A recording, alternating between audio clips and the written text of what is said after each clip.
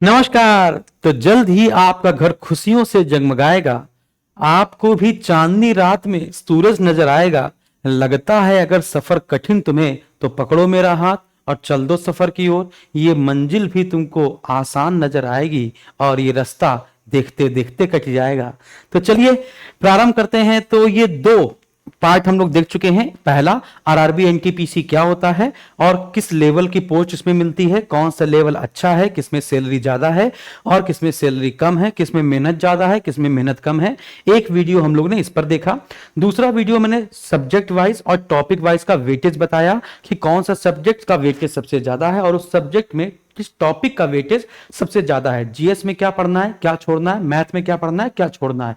ये दो वीडियो हम लोग आपके बना चुके हैं। और जो पिछला वीडियो था उसमें बहुत सारी क्वेरीज ये थी कि सर हमें समझ में नहीं आ रहा है कि क्या पढ़ना है, कितने टाइम में पढ़ना है, नोटिफिकेशन आने के बाद पढ़ना है कि नोटिफिकेशन आने से पहले पढ़ना है, कितना टाइम लगेगा सर हमको सिलेक्शन लेने में। मैं पहली बार तैयारी करने जा रहा हूं तो आज के इस वीडियो में सारे क्वेश्चन को नोट करके आपके साथ सॉल्यूशन साझा करेंगे। अगर कोई विद्यार्थी पढ़ने के बाद भी असफल हो जाता है तो उसके पीछे रीजन क्या है, ये सारी चीजों पे चर्चा करेंगे विद्यार्थियों, एक एक साथ, है ना, एक एक करके। अगर इस वीडियो को आप 10-10 सेकंड करके आगे बढ़ाएंगे तो बहुत सारी चीजें छूट जाएंगी। ठीक है क्या? पूरे 1.5 से 2 घंटे लिखा है, अपने हाथों से मैंने बोर्ड पर लिखा है और लिख लिख कर पूरी मेहनत के साथ अब मैं आपके लिए ये वीडियो बनाने जा रहा हूं। देखिएगा। तो थंबनेल पे आपने देखा कि कितने टाइम में हो सकती है तैयारी, कब से शुरू करें। ठीक है, एनटीपीसी में सिलेक्शन लेना है, रेलवे में हमको सिलेक्शन लेना है। तो समझिएगा, आरआरबी एनटीपीसी को फिर से बहुत गौर से समझिएगा। प्रीलिम्स और मेंस, प्रीलिम्स होगा और मेंस होगा। प्रीलिम्स और मेंस का एग्जाम पैटर्न चेंज हो जाएगा, सब्जेक्ट सेम रहेंगे, सिलेबस सेम रहेगा, बस एग्जाम पैटर्न डिफरेंस हो जाएगा। दो पेपर होंगे, प्रीलिम्स को पास कर लोगे फिर मेंस में आप जाओगे। ठीक है ना? एक क्वेश्चन 1 नंबर का होगा और दोनों ही में ही, चाहे प्रीलिम्स हो और चाहे मेंस हो, है ना, दोनों में ही 1/3 की निगेटिव मार्किंग होती है। ठीक है, यानी कि अगर आपने एक क्वेश्चन सही किया, 3 क्वेश्चन गलत कर दिए तो आपका जो एक सही क्वेश्चन किया था वो भी आपका काट लिया जाएगा, है ना, एज अ पेनाल्टी। फिर इसके बाद कुछ विद्यार्थी मेरे पास ऐसे हैं जिन्होंने बहुत सारे एग्जाम दिए और उनको सफलता हाथ नहीं लग रही है। तो क्यों नहीं लग रही है लास्ट में मैं बताकर जाऊंगा। लेकिन अगर आप अटेम्प्ट करते हैं, एग्जाम को देते हैं जाकर, जैसे मान के चलिए 5 लाख लोगों ने फॉर्म भरा था लेकिन 4 लाख लोग ही फॉर्म भरने के बाद पेपर देने गए, तो 1 लाख लोग, उनको आप लोग शामिल ही मत कीजिए, वो किसी काबिल नहीं है। क्योंकि जो लड़ा है वो हारा नहीं, हारा तो वो है जो मैदान में आया ही नहीं, है ना। तो कोई भी लक्ष्य मनुष्य के साहस से बड़ा नहीं। और अगर आप पेपर फॉर्म भरे हैं और पेपर देने नहीं गए हैं तो आपका साहस ही, आपकी हिम्मत ही नहीं थी, जिसे कहते हैं औकात ही नहीं थी कि हम पेपर देने जाएं। बस एग्जाम की फीस कटवा दी, बैठ गए मुंह बना के कि हमसे नहीं हो पाएगा। क्यों? 4 लोग अगर देखेंगे तो क्या कहेंगे, अगर मेरा एग्जाम क्रैक नहीं हुआ तो वो 4 लोग तुमको मरते दम तक नहीं दिखेंगे, लेकिन अगर तुम्हारा सिलेक्शन जब हो जाएगा तो वही 4 लोग तुमसे पूछने आएंगे, भाई कैसे हो गया, कितनी पढ़ाई करी थी, तुम्हारा ही स्ट्रेटेजी का वीडियो देखेंगे। ठीक है, तो कोई भी लक्ष्य मनुष्य के साहस से बड़ा नहीं, हारा वही जो लड़ा नहीं। ठीक है, तो हमने आपको बताया कि प्रीलिम्स और मेंस दो होंगे, सिलेबस सेम रहेगा, सब्जेक्ट सेम रहेंगे और बस एग्जाम पैटर्न चेंज हो जाएगा। जैसे प्रीलिम्स में आपके 100 क्वेश्चन 100 मार्क्स के होंगे, मेंस में आपके 120 क्वेश्चन 120 मार्क्स के होंगे। निगेटिव मार्किंग दोनों में ही 1/3 है। एक क्वेश्चन 1 मार्क का है। मैथ के 30 क्वेश्चन प्रीलिम्स में, रीजनिंग के 30 और जीके जीएस के 40। मेंस की बात की जाए तो मैथ में 35, रीजनिंग में 35, जीके जीएस में 50 हो जाते हैं। चलिए अब बढ़ते हैं आगे। लगभग सर कितना टाइम लगेगा? तो लगभग आप 180 दिन लेकर चलिए। जब आप 180 दिन लेकर चलेंगे, वो शिद्दत वाले दिन बता रहा हूं, ऐसे नहीं कि जब मनुआ पढ़ा जब मनुआ नहीं पढ़ा, बारात हो गई, आज भाई की शादी, आज बहन की शादी, आज दोस्त की शादी, आज मेरे यार की शादी है, उनको हटाकर शिद्दत वाली जो पढ़ाई है ना, 180 दिन की पढ़ाई है। रेलवे में सिलेक्शन लेने के लिए सिर्फ 6 महीने। आपने ग्रेजुएशन पास किया, इंटर पास किया, 12 साल वो, 3 साल वो, 15 साल आपने बर्बाद किए नौकरी पाने के चक्कर में, और नौकरी तुमको 6 महीने में मिल जा रही है, मात्र 180 दिन में मिल जा रही है। तो क्यों इतना परेशान हो? हाँ, अब इस 180 दिन को कैसे क्राइटेरिया बांटना ये समझिएगा। 180 दिन में 150 दिन में आपको सिलेबस कंप्लीट करना है। आप कहेंगे सर 3 दिन कैसे कंप्लीट होगा? होगा, मैं आपको बताता हूं। 150 दिन में सिलेबस कंप्लीट करना है, 20 दिन में आपको फुल लेंथ का मॉक टेस्ट विद सोल्यूशन लगाना है, और जो भी मॉक टेस्ट लगाएंगे उसमें 4 ऑप्शन अगर होंगे तो चारों ऑप्शन का आंसर विद एक्सप्लेनेशन और सोल्यूशन होना चाहिए, यानी कि पोस्टमार्टम होना चाहिए उस सोल्यूशन का या उस क्वेश्चन का। लास्ट के 10 दिन बहुत महत्वपूर्ण होते हैं। लास्ट के 10 दिन, अभी जो 150 और 20 ये 170 दिन कट गए, लास्ट के जो 10 दिन होते हैं ना, जैसे जैसे एग्जाम नजदीक आता है वैसे वैसे डर लगता है, पसीना छूटता है, याद किया हुआ भूलना शुरू करते हैं, लगता है कुछ पढ़ा ही नहीं था। लोग हमें फोन करना शुरू करते हैं, मैसेज करना शुरू करते हैं, सर जितना याद किया था सब भूल गए, सर जितना याद किया था सब भूल गए, मेरे हाथ पर कांप रहे हैं। एग्जाम सेंटर पहुंचने पर उनकी हार्ट बीट बढ़ी हुई होती है, तो बस क्योंकि उन्होंने सही से रणनीति अपनाई नहीं थी, सही से रणनीति अपना ही नहीं थी। अगर आप युद्ध के मैदान में अगर आपकी तलवार हाथ कांप रहे हैं तो आप कैसे किसी की गर्दन काटोगे? फिर वहां पर युद्ध के मैदान में आपको कौन मोटिवेट करने वाला है? तो लास्ट के 10 दिन में आपको खुद मोटिवेट रखना है, अपने फियर को कम करना है, माइंड को फ्रेश करना है, और आपको यह दिखाना है ना, आपके अपने माइंड को यह बताना है कि you can do it, only you can do it. ठीक है, ये आपको कॉन्फिडेंस और वो ओवर कॉन्फिडेंस दोनों का बैलेंस बराबर करवाना है लास्ट के 10 दिन में, वरना ये पूरे 170 दिन इस 10 दिन में खा जाओगे तुम, आता हुआ क्वेश्चन गलत करोगे। मॉक टेस्ट कैसे लगाते हैं वो मैं आपको बता दूंगा एक वीडियो में, वैसे ही मॉक टेस्ट लगाइएगा और आप देखेंगे स्पीड इतनी भयंकर मेंटेन होगी, कुछ पूछो ही नहीं। मॉक टेस्ट लगाने के तरीके हैं, 10 तरीके हैं, वो 10 मैं आपको बताऊंगा अगले वीडियो में। तो लास्ट के 10 दिन में स्पीड मेंटेन रखिए, रिवीजन करिए। रिवीजन आपका ऐसा करना है ना, अगर जो चीज आपको नहीं आती उसका रिवीजन नहीं करना है, वरना फिर परेशान हो जाओगे, फिर तुम्हारे हाथ पर कांपेंगे। ठीक है, तो जो आता है वो रिवीजन करिए, जो नहीं आता उसको मुस्कुराते हुए छोड़ दीजिए, क्योंकि अब वो तुम जब 170 दिन में नहीं पढ़ पाए तो 10 दिन में तुम उसको पढ़ के क्या ही उखाड़ दोगे और टेंशन अलग दे जाएगी तुमको। कंप्लीट डेडिकेशन के साथ पढ़ना है 6 घंटे। अब इस 6 घंटे में सर क्या क्या शामिल है? इस 6 घंटे बाद 6 घंटे पढ़ना है सर, सिलेक्शन लेने के 6 घंटे काफी है। सुन लो बच्चा, अच्छा सुन लो, पहले शिद्दत वाली पढ़ाई ना, कंप्लीट डेडिकेशन की बात की हमने यहां पर। अब हम आपको ले चलते हैं कि अब हम आपको ले चलते हैं वहां पर कि ये जो आपको मैंने बताया कि वो जो 6 घंटे के बाद वाली जो बात है उसको समझिएगा। इस 6 घंटे में हम काउंट क्या नहीं करते हैं, इस 6 घंटे में हम काउंट क्या नहीं करते हैं। तो अब आते हैं टाइम मैनेजमेंट की बात, अब आते हैं समय प्रबंधन में। अगर आपने किसी का ऑनलाइन कोर्स लिया हुआ है और आप उस ऑनलाइन कोर्स में अगर वो 6 घंटे आपको क्लास प्रोवाइड करा रहे हैं, या मैं आपको 6 घंटे या 5 घंटे या 4 घंटे 3 घंटे 2 घंटे जितनी भी घंटे की मैं आपको क्लास प्रोवाइड करा रहा हूं, आप उस ऑनलाइन क्लास को अपने उस 6 घंटे में काउंट नहीं करेंगे। जितनी भी आपने वेब सर्फिंग की है, ब्राउजिंग की है, जो भी रेलवे की स्ट्रेटजी खोजी है, जो भी शॉर्टकट याद की है, ट्रिक्स याद की है मोबाइल के थ्रू, उसको आप 6 घंटे में काउंट नहीं करेंगे।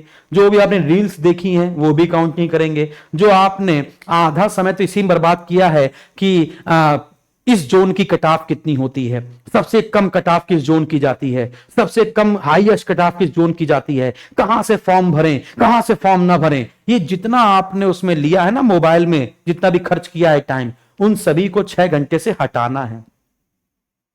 समझे क्या? तो जब 6 घंटे जो हमें आपको बताए हैं वो शिद्दत वाली पढ़ाई है, वो सिर्फ तुम्हें करनी है।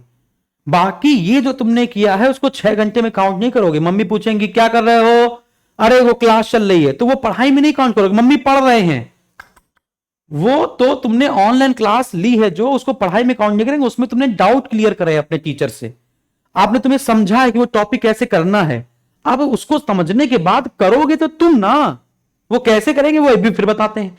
तो याद रखिएगा इसको 6 घंटे में काउंट नहीं करना है। यू आर यूनिक, तुम अनोखे हो, कंफ्यूज मत हो कि तुम अनोखे नहीं हो। सबके पास कोई ना कोई क्वालिटी होती है। तुम्हें रीजनिंग ज्यादा आती है तो किसी को मैथ ज्यादा आती है, तो किसी को जीके जीएस ज्यादा आती है। अगर तुमको जीके जीएस और मैथ आती है ज्यादा मात्रा में, रीजनिंग नहीं आती है, तो तुम डर क्यों रहे हो? सबका सब कुछ एक जैसा नहीं होता है। किसी की मैथ तेज होती है तो किसी रीजनिंग तेज होती है। तीनों सब्जेक्ट किसी के स्ट्रांग नहीं होते हैं। मैं तो यहां तक कह रहा हूं एक सब्जेक्ट भी सही से पूरी तरह से सबको नहीं आता है। बहुत लोग कहते हैं मैं रीजनिंग में पूरे के पूरे नंबर लेकर आऊंगा। मास्टर साहब को बिठा दिया जाएगा जो रीजनिंग पढ़ाते हैं और उतने कम टाइम में उनको दिया जाएगा, तो 50 में एक तो छोड़ेंगे ही, या गलत करेंगे या 2 भी गलत कर सकते हैं। मास्टर साहब, मास्टर साहब, समझ में आ रहा है? तो आप तो विद्यार्थी, तो विद्या की अर्थी उठाने की कोशिश मत करो। ग्रहण करने की कोशिश करनी है। ओके, तो कंफ्यूज मत हो सकता है जो तुमको आता हो वो तुम्हारे सामने वाले कंपटीटर को नहीं आता। ठीक है, आगे बढ़ते हैं। अब अगला पॉइंट, सिलेक्शन क्यों नहीं होता, इस पर हम लोग बात करेंगे। अब हम लोग यहां पर आते हैं, पैटर्न की बात समझते हैं। पैटर्न समझ चुके हैं बच्चों, अब टोटल डे समझ चुके हैं। अब हम लोग कोर पॉइंट की बात करते हैं। प्रिपरेशन को स्टार्ट करने से पहले क्या काम करना है और जिस दिन से मैंने प्रिपरेशन स्टार्ट की है उस दिन से क्या काम करना है। तो प्रिपरेशन को स्टार्ट करने से पहले क्या क्या काम करना है, जैसे अगर सर मैं 1 तारीख से प्रिपरेशन स्टार्ट करने जा रहा हूं, तो अभी के जो आपके पास 7-8 दिन 20 दिन 22 दिन बचे हुए हैं, उसके पहले क्या क्या कर लो। उसके पहले आप सिलेबस को देख लो बारीकी से, सब्जेक्ट देख लो सिलेबस के, सब्जेक्ट के अंदर टॉपिक देख लो, टॉपिक का अध्ययन कर लो। उसके बाद एक फॉर्म बना लो, एक पेज बना लो। उस टॉपिक में कौन से टॉपिक तुम्हें हंसी दिलाएंगे, मजा आ जाएगी तुमको, इंटरेस्टिंग टॉपिक और वीक वाले टॉपिक। तो तुमने सबसे पहले क्या किया, प्रिपरेशन स्टार्ट करने से पहले सिलेबस देखा, सिलेबस के बाद सब्जेक्ट देखे, टॉपिक देखे, टॉपिक को हमने पूरा नोट कर लिया, जो हमें आते हैं या जिसमें हमारा इंटरेस्ट है या जो मैं कर सकता हूं उसको आपने एक तरफ लिख लिया, और जो आपके वीक सब्जेक्ट थे, वीक टॉपिक थे, उसको आपने एक जगह कर लिया। अगर आपको लगे कि सर ने बहुत मेहनत करके ये वीडियो बनाई है ना, तो कमेंट करके ही बताइएगा, क्या लग रहा, प्रतिक्रिया आप दीजिएगा। ठीक है, ये मेरा जो 12-13 साल का अनुभव है पढ़ाने का, वो पूरा मैंने इसमें धराशायी तरीके से निचोड़ करके रखा है।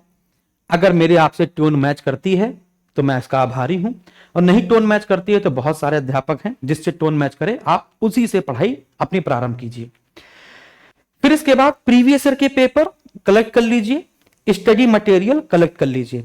स्टडी मटेरियल में आपको हर एक सब्जेक्ट की मैक्सिमम 2 किताब रखनी है। अगर एक ही रखेंगे तो भी फायदेमंद रहेंगे, लेकिन अगर आप 2 रखेंगे तो भी कभी कभी एक से आदमी ऊब जाता है तो दूसरा लगा लेता है इंटरेस्ट के तौर पर। 2 से ज्यादा अगर आप किसी भी सब्जेक्ट की किताब रखेंगे तो वो आपको गर्त में ही ले जाएगा, आपके सिलेक्शन को आपसे दूर करेगा। Previous year paper study material इकट्ठा कर लो, पेपर स्टार्ट करने से पहले कट ऑफ देख लो, सर्फिंग कर लो, जोन देख लो, जोन पर रिसर्च कर लो, किस जोन की कट ऑफ कम, किस जोन की कट ऑफ ज्यादा, प्रीवियस ईयर की कट ऑफ कितनी, उसमें कितनी वैकेंसी, सारी चीजें देख लो। ये प्रिपरेशन स्टार्ट करने से पहले जितना तुम्हें ये करना है ये सब कर लो। ठीक है, फिर प्रिपरेशन स्टार्ट करने के बाद करना क्या है, सब्जेक्ट को 2 भागों में बांटेंगे, इंटरेस्टिंग, बोरिंग, इंटरेस्टिंग। अगर आपके पास 3 सब्जेक्ट हैं जैसे मैथ, रीजनिंग, जीके, जीएस, अगर आप तीनों एक साथ उठाते हैं तो फिर आप ऊब जाएंगे, पढ़ने में मन नहीं लगेगा। इसलिए आप क्या करिए कि अगर जो बोरिंग सब्जेक्ट है, देखिए ना, जो वीक है और जो स्ट्रांग था, उनको बोरिंग वाले सब्जेक्ट या वीक सब्जेक्ट को आप इसके बीच में रखो, क्योंकि जब जब आप बोरिंग सब्जेक्ट करना शुरू करोगे वो आपको आएगा है नहीं, और जब आएगा नहीं, फंसेगा तो गुस्सा आएगी, और जब गुस्सा आएगी तुम पढ़ना बंद कर दोगे। समझ में आ गया? पढ़ते टाइम अपना मोबाइल ऑफ कर लो, क्योंकि आपकी गर्लफ्रेंड बहुत परेशान करेगी पढ़ते टाइम। हे जानू, हम इंपॉर्टेंट है कि नौकरी? फिर पता चला कोई विद्यार्थी यही कहेगा कि सर हमारे तो जानू है ही नहीं, क्योंकि पहले पढ़ाई होगी तब कहीं जानू मिलेगी, और एक से एक जानू मिलेंगी, एक से एक सोना बाबू मिलेंगे, लाइन लग जाएगी, नौकरी पाइए तो लाइन लग जाएगी, सुंदर सुंदर, सबके अंदर अलग से टैलेंट होगा। ठीक है ना, किसी का मेकअप का टैलेंट होगा, किसी का रील बनाने का टैलेंट होगा, कोई किसी को मूर्ख बनाने का टैलेंट होगा, है ना। तो पहले इस पर आ जाओ, वापस आते हैं। तो इन 2 इंटरेस्टिंग सब्जेक्ट के बीच में आपको बोरिंग सब्जेक्ट रखना है। ठीक है, जैसे एक प्रैक्टिकल सब्जेक्ट रखिए, जैसे रीजनिंग आपने उठा लिया, तो रीजनिंग के बाद आप जीएस उठा लीजिए, मैथ को अभी छोड़ दीजिए।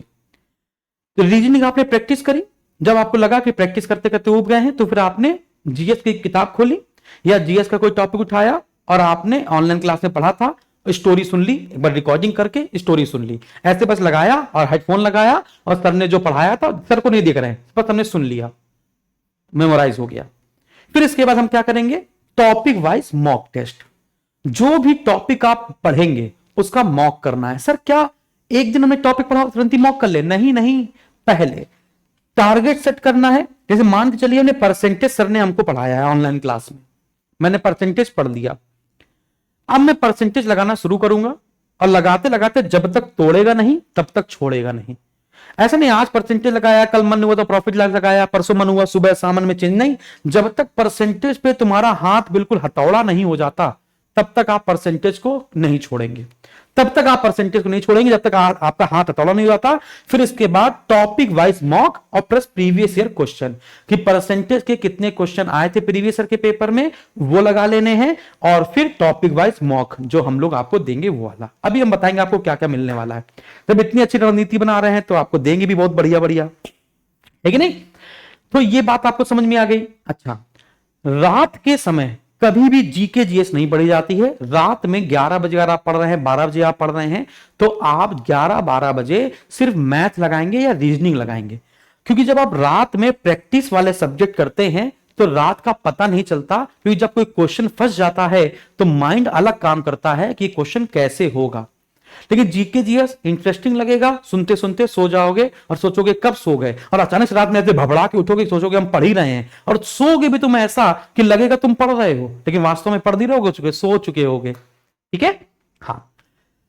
अब हम लोग आगे बढ़ते हैं। तो ये बात आपको समझ में आ गई। तो प्रिपरेशन स्टार्ट करने के बाद अब यहां पर आते हैं सिलेक्शन क्यों नहीं होता, पढ़ने के बाद भी सिलेक्शन नहीं होता। सबसे महत्वपूर्ण लैक ऑफ कॉन्फिडेंस, जो लास्ट का 10 दिन है जिसने तुमको 170 दिन तुम्हारे बर्बाद किए। लास्ट में तुमने सब ब्लैंक हो गए, एग्जाम हॉल पे पहुंचे, आता हुआ क्वेश्चन नहीं कर पाए, आता हुआ क्वेश्चन तुमने सही से पढ़ा नहीं। उसने पूछा था भारत का पहला गवर्नर जनरल, तुमने पढ़ दिया भारत का पहला, है ना, गवर्नर, गवर्नर पढ़ दिया, गवर्नर जनरल तुमने पढ़ा ही नहीं पूरा। और lack of confidence, over confidence या फियर, उसने तुम्हें डुबा दिया, प्रीलिम्स ही क्वालिफाई नहीं हुआ। 90% जो विद्यार्थी है उनका सिलेक्शन सिर्फ इस वजह से नहीं होता, 90%, क्योंकि वो सिर्फ और सिर्फ इंपॉर्टेंट ढूंढते हैं, इंपॉर्टेंट। वो सर्च भी करते हैं यूट्यूब पे सर्च भी करते हैं, how to crack RRB NTPC exam in 2 minutes, 10 days, 15 days, 30 days, 45 days. क्या ही सर्च कर रहे हो आप? 45 डेज में अगर जो बता रहा है स्ट्रेटजी, अगर वो भी 45 डेज में क्रैक कर लेगा तो ही भी बड़ी बात हो जाती है। लोग सिलेबस कभी नहीं कंप्लीट करते हैं, और जिस दिन सिलेबस आपने कंप्लीट कर लिया इंपॉर्टेंट छोड़कर, उस दिन कोई माई लाल आपका सिलेक्शन रोक नहीं पाएगा। मॉक टेस्ट तो कोई सीरियस करता ही नहीं है। मैंने जितने भी विद्यार्थी देखे हैं असफल होने वाले, मॉक टेस्ट को वो फन मूवमेंट के रूप में लेते हैं। जब मन में आया मोबाइल में मॉक खोल दिया और कहीं बैठे हैं मॉक लगा रहे हैं, कहीं बैठे हैं पूरा मॉक खराब कर दिया। सीरियस वे पे लगाना है। जब तक सिलेबस कंप्लीट नहीं हो जाता फुल लेंथ का मॉक टेस्ट लगाना ही नहीं है। सिलेबस कंप्लीट नहीं कर पाए और देखा कोचिंग वालों ने मॉक टेस्ट दिए हुए हैं, चलो लगाना शुरू कर देते हैं। सिलेबस नहीं कंप्लीट किया, आधा अधूरा भी नहीं हुआ, अरे तुम 25% भी नहीं सिलेबस कंप्लीट करो, लगाना कर दिया मॉक टेस्ट शुरू और सब खराब कर दिया मॉक टेस्ट। और इसके बाद जब तुम दोबारा लगाओगे तो उसका सोल्यूशन देख चुके होगे, तो फिर वही आंसर तुम्हें याद होंगे, फिर या तो दोबारा मॉक टेस्ट परचेज करो। मॉक लास्ट वाला पार्ट है, जब एग्जाम आने वाला हो, जब तुम्हारा सिलेबस कंप्लीट हो चुका हो।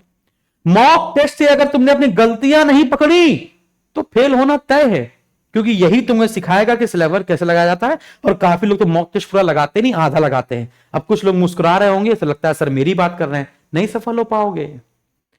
मॉक को हल्के मत लो, मॉक को अपना पेपर समझो कि यही असली पेपर है। बिल्कुल सब जगह छोड़ के लगाओ मॉक, घड़ी लगा के टनाटन।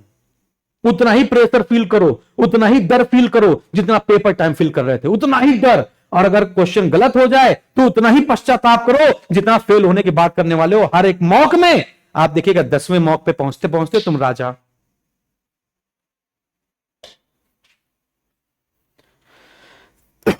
क्या मैं आपको समझा पाया? अब अपनी बात करते हैं। हम आपको वो सब प्रोवाइड कराते हैं जो जरूरी है सिलेक्शन के लिए।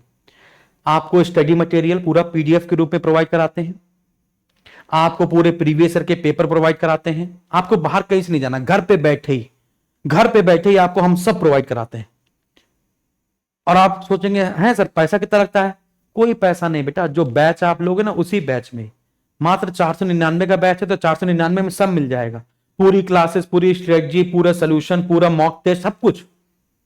आजकल सबसे सस्ती एजुकेशन ही है। एक समय कहते हैं ना पढ़ाई बहुत महंगी हो गई है, अब पढ़ाई और सस्ती हो गई है। उससे ज्यादा फ्री तो आपको यूट्यूब पे मिल जाएगा, बस पेड बैच में आपको सीरियल वाइज मिल जाता है। वरना कोई भी आप सब्जेक्ट ढूंढना चाहें, कोई भी टॉपिक ढूंढना चाहें, यूट्यूब पे डालो, एक नहीं 75 आएंगे अलग अलग तरीके के। लेकिन आज पेड बैच क्यों लेता है? ताकि उसको सीरियल से मिल जाए और अपना एक अध्यापक जिसके उसकी टोन समझ में आती है उससे पढ़ने का मौका मिल जाए, बस। ठीक है। तो study material, previous paper, live recorded classes, online mock test, video call session बहुत महत्वपूर्ण है मेरे हिसाब से। ये वीक में अगर एक बार मेरी आपसे बात हो जाए और आप हमको बता पाए और मैं आपका सोल्यूशन दे पाऊं, हो सकता है वही जो प्रॉब्लम आपको आ रही है वही और भी विद्यार्थियों को आ रही हो, तो आपकी वजह से उसकी भी प्रॉब्लम सॉल्व हो जाए। तो वीडियो कॉलिंग सेशन हमारे लिए बहुत इंपॉर्टेंट है। और प्रीवियस ईयर के पेपर का सोल्यूशन यूट्यूब पे आपको देखने को मिल जाएगा, अदरवाइज हम ही लोग कराते हैं यूट्यूब पे, उसको आप पढ़िएगा। ये आरआरबी एनटीपीसी का तेजस बैच है बच्चों हम लोगों का, जो 1999 से घटाकर आज के लिए आपको 499 रुपए कर दिया गया है। अब ये 499 रुपए का ही रहेगा जब तक एनटीपीसी की वैकेंसी नहीं आ जाती, इसके बाद हम लोग उसको बढ़ाएंगे। वो सारी चीजें जो हमने आपको बताई वो सारी चीजें आपको मिलेंगी, हर एक चीज आपको मिलेगी, कुछ आपको बाहर से नहीं परचेज करना है ना। ये बैच आप इसको एंजॉय कर सकते हो। हमारा एसएसजी गुरुकुल का एप्लीकेशन है, प्ले स्टोर पर जाके आप एप्लीकेशन को डाउनलोड करेंगे और वहीं से आप रेलवे की कैटेगरी में जाकर एनटीपीसी का बैच आप खरीद सकते हैं, ग्रुप डी का बैच आप खरीद सकते हैं, है ना। तो एनटीपीसी या ग्रुप डी कोई विद्यार्थी हो अपना अपना बैच खरीद सकता है ना। और ग्रुप डी की स्ट्रेटजी थोड़ी सी अलग है, इसकी स्ट्रेटजी थोड़ी सी अलग है। ठीक है। ग्रुप डी आपको 4 मंथ में भी 120 दिन सफिशिएंट होते हैं ग्रुप डी के लिए, और 6 मंथ एनटीपीसी के लिए। अगर आपको मेरी सारी बातें अच्छी लगी हो, समझ में आई हो, है ना, तो आप कमेंट बॉक्स में कमेंट जरूर कीजिएगा। और अगर कोई सजेशन हो तो बहुत ही वेलकम है आपके सजेशन का, वो भी कमेंट बॉक्स में कमेंट कीजिएगा, लाइक कीजिएगा, शेयर कीजिएगा। और अगला जो वीडियो आने वाला है वो फॉर बिगिनर्स के लिए आने वाला है, यानी कि जिसने अभी इंटर पास किया है और उसको कुछ नहीं पता है कि मैं स्टार्ट कहां से करूं कहां से, वो बिगिनर्स के लिए आने वाला है। उसको भी आप देख लीजिएगा। वो विद्यार्थी जो पहली बार तैयारी करने वाले हैं, और ये विद्यार्थी, इसमें तो सबके लिए बता दिया, इसमें सिर्फ टाइम मैनेजमेंट हमने बताया है कि टाइम कैसे मैनेज करना है। ठीक है। तो बहुत बहुत धन्यवाद, थैंक यू वेरी मच। 1.5 घंटा लगा था पढ़ाने में, मतलब लिखने में, और 20 मिनट में हमने ये वीडियो कंप्लीट किया। धन्यवाद।